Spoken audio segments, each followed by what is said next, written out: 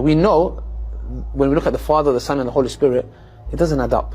It doesn't add up to what? It's three distinct persons, all of whom are the same God. I don't understand the problem here. You don't understand why saying three persons are the same God is problematic? What if I said three persons are the same harmonica, or three persons are the same garage door? Would you find any of those statements confusing or problematic?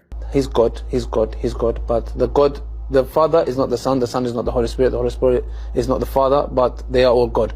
Logically, it doesn't make sense. No, that makes perfect sense. For example, I am not Francis, and Francis is not Augustine, and Augustine is not me. However, we are all 100% human.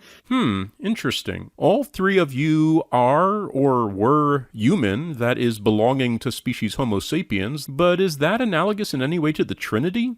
Is God the name of an abstract species of which Father, Son, and Spirit are instances?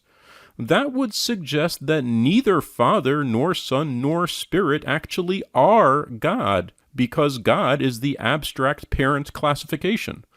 Augustine and Francis are members of species Homo sapiens, but they are not identical with species Homo sapiens. So, is this really the analogy that you're looking for? In the same way, the Father is not the Son is not the Holy Spirit, and the Holy Spirit is not the Father. They are three distinct persons who are all of the same essence. Same essence. What does that mean?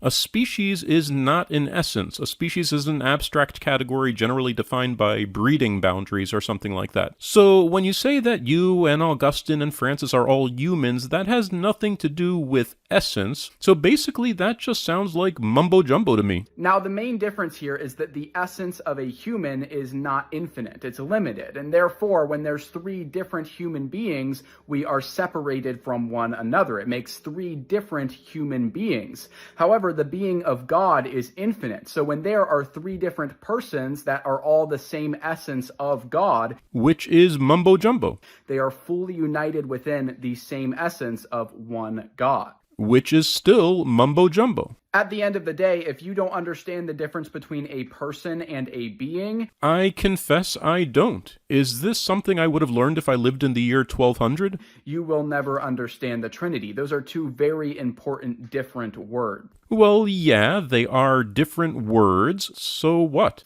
They say, who do I pray to? The Father? No, let me pray to Jesus today. No, today, Holy Spirit. Who do I pray to? You pray to God. I hope that helps. But you wouldn't, would you, if God was just an abstract category in which the persons are members?